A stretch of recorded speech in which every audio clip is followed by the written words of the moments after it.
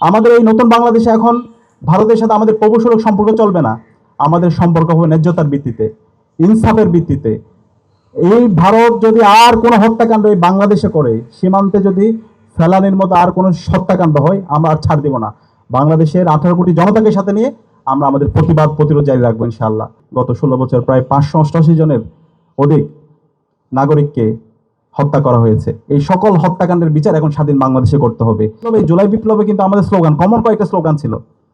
সেই স্লোগানের মধ্যে অন্যতম একটা স্লোগান হচ্ছে দিল্লি না ঢাকা, ঢাকা ঢাকা, গোলামি না আজাদি, আজাদি আজাদি, ভারত না বাংলাদেশ, বাংলাদেশ বাংলাদেশ। তো এই যে আজাদির লড়াই, সেই লড়াই আমরা আমাদের এই জুলাই বিপ্লবের মাধ্যমে আমরা একদম পূর্ণাঙ্গ আমাদের লড়াইটা আমরা শুরু করেছি। এবং এই জুলাই বিপ্লবের মাধ্যমে আমাদের শহীদদের আত্মত্যাগের মাধ্যমে আজকে আমরা ফেসিবাদ মুক্ত নতুন বাংলাদেশ পেয়েছি। এবং এই নতুন বাংলাদেশে আজকে আমরা ভারতীয় আধিপত্যবাদ থেকে মুক্ত পেয়েছি। তাদের যত মেকানিজম ছিল গত 16 বছরে, তারা যত মেকানিজম করেছে, সকল মেকানিজমগুলো ভেঙে চুরমার হয়ে গেছে। এখন আমাদের দায়িত্ব হচ্ছে এই ভারতীয় আধিপত্যবাদের সাথে যারা জড়িত ছিল, যারা দূষণরা ছিল, গত 16 বছরে ফেলানি থেকে শুরু করে সীমান্তে যত হত্যাকাণ্ড হয়েছে, আমরা একটা রিপোর্টে দেখতে পেয়েছি গত 16 বছর প্রায় 588 জনের অধিক নাগরিককে হত্যা করা হয়েছে। এই সকল হত্যাকাণ্ডের বিচার এখন স্বাধীন বাংলাদেশে করতে হবে। এবং সে জায়গায় আমরা ঢাকা বিশ্ববিদ্যালয় কেন্দ্রের ছাত্র সংসদ ডাকসু দেশের মুক্তিকামী ছাত্র জনতাকে নিয়ে এই সীমান্তে সকল হত্যাকাণ্ডের বিচারের দাবিতে আমরা আমাদের লড়াই সংগ্রাম জারি রাখবো ইনশাআল্লাহ। আমাদের এই নতুন বাংলাদেশে এখন ভারতের সাথে আমাদের প্রভূসুলভ সম্পর্ক চলবে না। আমাদের সম্পর্ক হবে ন্যায্যতার ভিত্তিতে, ইনসাফের ভিত্তিতে। এই ভারত যদি আর কোনো হত্যাকাণ্ড এই বাংলাদেশে করে, সীমান্তে যদি ফেলানির মতো আর কোনো হত্যাকাণ্ড হয়, আমরা আর ছাড় দিব না। বাংলাদেশের 18 কোটি জনতাকে সাথে নিয়ে আমরা আমাদের প্রতিবাদ প্রতিরোধ জারি রাখবো ইনশাআল্লাহ। RICL TMX, যুগের পর যুগ স্থাপনা থাকে মজবুত। এবং আমরা ইতিমধ্যে দেখতে পেয়েছি ভারতের উগ্র হিন্দুত্ববাদীরা আমাদের মুস্তাফিজকে তার বিরুদ্ধে মত তৈরি করে মুস্তাফিজকে তারা খেলতে দেয়নি। আমরা অবস্থান আমাদের পরিষ্কার, ভারতের আমাদের ওখানে কি খেলার দরকার নেই। আমরা যারা এই ধরনের মব ক্রিয়েট করে, যারা এই ধরনের আধিপত্যবাদ কায়েম করতে চায়, তাদের বিরুদ্ধে আমাদের লড়াই জারি থাকবে। বাংলাদেশ ক্রিকেট বোর্ড যে সিদ্ধান্ত নিয়েছে, সেই সিদ্ধান্তকে আমরা সাধুবাদ জানাই।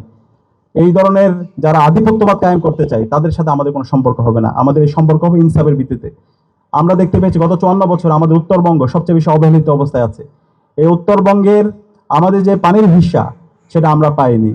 উত্তরবঙ্গের পুরো রাজনীতি কন্ট্রোল করেছে ভারতীয় আধিপত্যবাদীরাই। এই স্বাধীন বাংলাদেশে এই উত্তরবঙ্গের রাজনীতি নির্ধারণ হবে বাংলাদেশ থেকে, ঢাকা থেকে। সুতরাং এই ভারতীয় যারা দালাল আছে, যারা দূষর আছে, তাদের এই ঠিকানা এই নতুন বাংলাদেশে হবে না। এবং সে জায়গায় জুলাইয়ের যে প্রজন্ম, সে প্রজন্ম আমরা ঐক্যবদ্ধ আছি। আমরা ঐক্যবদ্ধভাবে আমাদের ইনসাফের লড়াই, এই আধিপত্যবাদের বিরুদ্ধে যে লড়াই, আগ্রাসনের বিরুদ্ধে যে লড়াই, সে লড়াই আমরা জারি রাখবো। এবং এই আধিপত্যবাদের বিরুদ্ধে, আগ্রাসনের বিরুদ্ধে কথা বলতে গিয়ে আমাদের জাতীয় নেতৃবৃন্দকে আমরা হারিয়েছি। এই জাতীয় নেতৃবৃন্দদেরকে যারা হত্যাযোগ্য করেছে, এবং সর্বশেষ আমাদের শহীদ উসমান হাদি ভাইকে হত্যার অন্যতম কারণ হচ্ছে এই ভারতীয় আধিপত্যবাদের বিরুদ্ধে কথা বলা, আগ্রাসনের বিরুদ্ধে কথা বলা।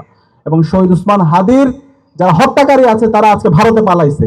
এবং আছে খুনি হাসিনা, যে জুলাই বিপ্লবে গণহত্যা এবং শিশু হত্যা করেছে, আমাদের 2000 ভাই বোনকে শহীদ করেছে, 40,000 আমাদের ভাই বোনকে গুম খুন করেছে। এবং গত 16 বছরে বাংলাদেশে গুম খুন, আয়নাগর থেকে শুরু করে শিক্ষার্থীদের উপর নির্যাতন নিপীড়ন করেছে। এই খুনি হাসিনাকে আজকে ভারতীয় দিল্লির তাবেদাররা তারা তাকে আশ্রয় দিয়েছে। আমরা বলতে চাই, এই খুনি হাসিনাকে বাংলাদেশে ফিরে দিতে হবে, শহীদ ওসমান হাদি হত্যাকারীদেরকে বাংলাদেশে ফিরে দিতে হবে, এবং তাদের সবাইকে এই স্বাধীন বাংলাদেশে বিচারের আওতায় নিয়ে আসতে হবে। ইতিমধ্যে খুনি হাসিনার রায় এসেছে, তাকে মৃত্যুদণ্ড দেওয়া হয়েছে।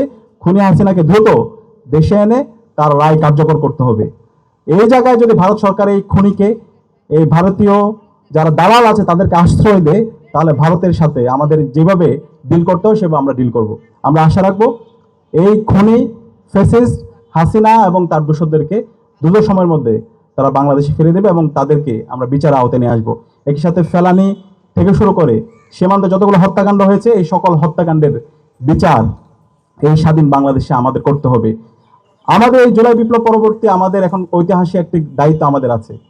আমরা এই জুলাই বিপ্লবের মাধ্যমে রাজনৈতিকভাবে ফেসিবাদকে হটিয়েছি, কিন্তু কালচারালি আমরা এখন পর্যন্ত এই ফেসিবাদকে আমরা পরাজিত করতে পারিনি।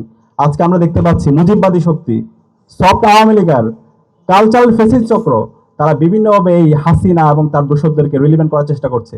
তারা এই গণহত্যা এবং শিশু হত্যাকারীদের প্রতি সিম্পিতি তৈরি করার চেষ্টা করছে। তাদের বিরুদ্ধে আমাদের অবস্থান পরিষ্কার করতে হবে, আমাদের প্রতিবাদ প্রতিরোধ জারি রাখতে হবে। আমরা মিডিয়ায় দেখতে পাচ্ছি বিভিন্নভাবে খুনি হাসিনা এবং তার দোষীদের পক্ষ অবস্থান করার বিভিন্ন ধরনের অপপ্রয়াস আমরা দেখতে পাচ্ছি। তো সেই কারণে আমাদেরকে কালচারালি এই আধিপত্যবাদের বিরুদ্ধে, আগ্রাসনের বিরুদ্ধে আমাদের লড়াই জারি রাখতে হবে। সে জায়গায় শহীদ ফেলানি থেকে শুরু করে সকল সীমান্তে যারা শহীদ আছে তাদের যে লড়াই, আজাদি তাদের যে লড়াই, সেই লড়াইগুলো আমাদের গানের মাধ্যমে, কবিতার মাধ্যমে, নাটকের মাধ্যমে আমাদের ফুটিয়ে তুলতে হবে। জুলাইয়ের আমাদের যারা শহীদরা আছে তাদের যে সংগ্রাম, লড়াই, সেগুলো আমাদের কালচারালি আমাদেরকে রিলিভেন্ট করতে হবে। তো এই সাংস্কৃতিকভাবে যদি আমরা একটা বিপ্লব করতে পারি তাহলে আমাদের এই বিপ্লবটা অনেক বেশি সাস্টেন হবে। তো এই জুলাইকে একটা পরিপূর্ণ বিপ্লবের রূপ দেওয়ার জন্য আমাদের একটা সাংস্কৃতিক বিপ্লব দরকার। তো আমরা সেই জায়গায় আশা রাখছি ঢাকা বিশ্ববিদ্যালয় সহ বাংলাদেশের সকল বিশ্ববিদ্যালয় এবং বিভিন্ন পর্যায়ে আমরা যারা শিক্ষার্থীরা আছি, নাগরিকরা আছি, যারা বুদ্ধিজীবীরা আছে, তারা সবাই এই জুলাইকে ধারণ করে আধিপত্যবাদের বিরুদ্ধে, আগ্রাসনের বিরুদ্ধে এবং ইনসাফের পক্ষে আমরা আমাদের লড়াই সংগ্রাম জারি রাখবো এবং আশা করছি ইনসাফে বিজয় হবে। এবং শহীদ ফেলানি থেকে শুরু করে আধিপত্যবাদের বিরুদ্ধে, আগ্রাসনের বিরুদ্ধে কথা বলতে গিয়ে যারা শহীদ হয়েছে তাদের রেখে যাওয়া যে আমানত, সে আমানত আমরা যথাযথভাবে আমরা বাস্তবায়ন করতে পারবো।